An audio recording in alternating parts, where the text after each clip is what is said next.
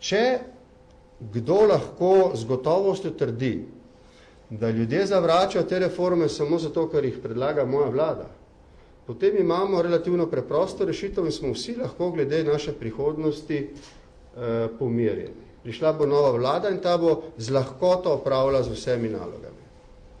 Ampak še enkrat vas vprašam, kaj pa, če temu ni čisto tako?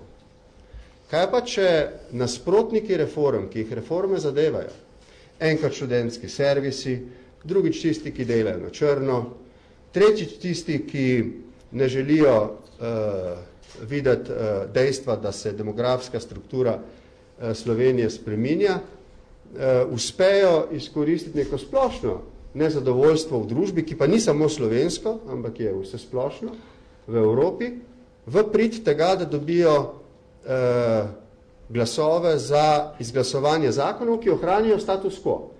Zakaj vam to pravim? Ker smo v paradoksalni situaciji. Ljudje so nezadovoljni s stanjem, vendar hkrati glasujejo proti rešitvam, ki to stanje urejajo.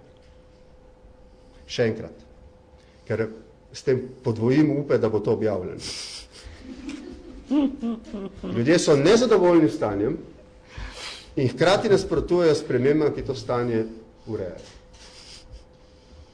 Zdaj, mi smo slišali verjetnega novega predsednika vlade, ki pravi, da pokojninska reforma ni potrebna za to, da postanemo ena od najbolj razvitih držav.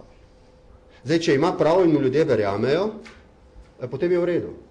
Problem je, kaj če se moti. In jaz mislim, da se moti zelo.